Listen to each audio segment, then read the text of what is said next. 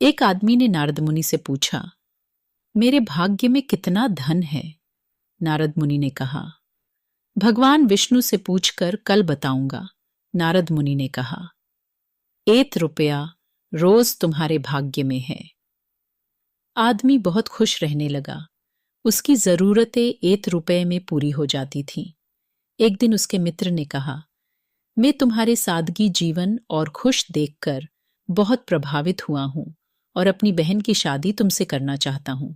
आदमी ने कहा, मेरी कमाई 1 रुपया रोज की है, इसको ध्यान में रखना। इसी में से ही गुजर बसर करना पड़ेगा तुम्हारी बहन को। मित्र ने कहा, कोई बात नहीं, मुझे रिश्ता मंजूर है। अगले दिन से उस आदमी की कमाई 11 रुपया हो गई। उसने नारद मुनि से पूछा कि हे मुनिवर, मेरे भाग्य में 1 रुपया लिखा है, फिर 11 रुपये क्यों मिल रहे हैं? नारद मुनि ने कहा, तुम्हारा किसी से रिश्ता या सगाई हुई है क्या? हाँ हुई है, उसने जवाब दिया। तो यह तुमको 10 रुपये उसके भाग्य के मिल रहे हैं, इसको जोड़ना शुरू करो, तुम्हारे विवाह में काम आएंगे। नारद जी ने जवाब दिया।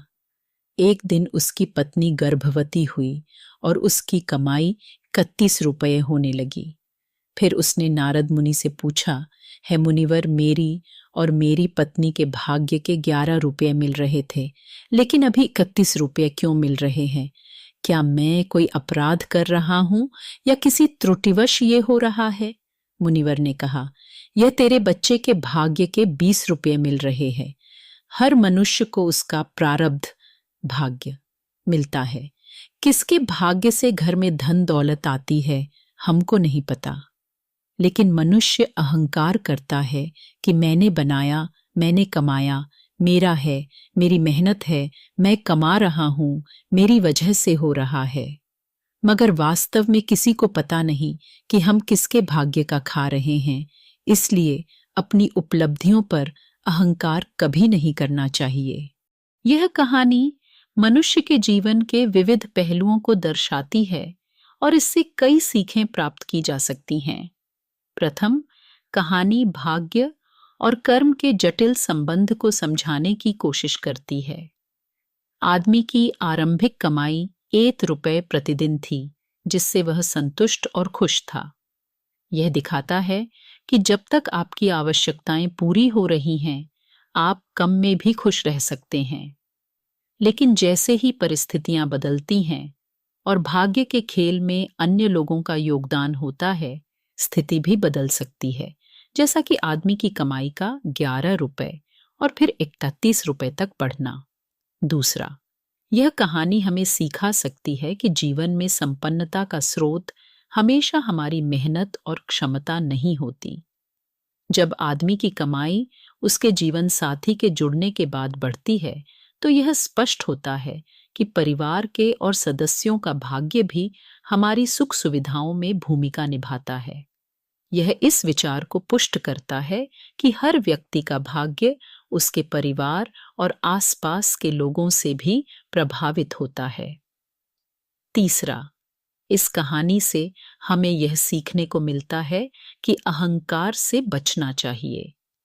बहुत बार लोग अपनी कामयाबी का श्रेय केवल स्वयं को देते हैं। यह भूल जाते हैं कि भाग्य, ईश्वर की कृपा और अन्य कारकों का भी इसमें योगदान होता है। इस प्रकार यदि जीवन में धन और सुविधाओं की वृद्धि होती है, तो इसके लिए हमेशा विनम्र और आभारपूर्ण रहना चाहिए। चौथा, कहानी रिश्तों और परिवार के महत्व को भी उजागर करती है। जब आदमी का मित्र उससे अपनी बहन की शादी कराने की इच्छा व्यक्त करता है, तो यह इस बात का संकेत है कि सादगी और संतोषमय जीवन भी दूसरों को प्रभावित कर सकता है। इसी प्रकार परिवार के बढ़ने के साथ आने वाले नवजीवन बच्चे के विशेष योगदान को दिखाया गया है, जिसने आदमी की आय को और बढ़ा दिया। पांचवा, यह कहानी यह भी सिखाती है कि विभिन्न लोगों के भाग्य का मेल कैसे समग्र रूप से प्रभाव डालता है। प्रत्येक नया सदस्य अपने साथ अपने हिस्से का भाग्य और प्रभाव लेकर आता है, जो सामूहिक रूप से परिवार की स्थिति में सुधार ला सकता है। अंततः यह कहानी एक गहरी और गहन दृष्टिकोण प्रदान करती है कि कैसे हमें अपने भाग्य को स्वीकार करना चाहिए और अहंकार रहित जीवन जीना चाहिए, यह याद रखते हुए कि हमारे जीवन की समृद्धि में कितने लोगों का योगदान है। जीवन में कृतज्ञता, संतोष और सादगी की भावना को बनाए रखना बेहद महत्वपूर्ण है, ताकि हम अपने और अपने परिवार के लिए एक संतुलित और सुखी जीवन का मार्ग प्रशस्त कर सकें। यह कहानी यह समझने का अवसर देती है कि हर मनुष्य को उसकी सहायता मिलती है, चाहे वह भाग्य हो या कर्म। किसी विशेष व्यक्ति के साथ हम जो रिश्ते बनाते हैं, वे न सिर्फ हमारे व्यक्तिगत जीवन में, बल्कि हमारे आर्थिक और सामाजिक जीवन में भी गहराई से प्रभाव डालते हैं। इसलिए इन संबंधों और उनके निहितार्थों को पहचानना और उनकी सराहना करना चाहिए।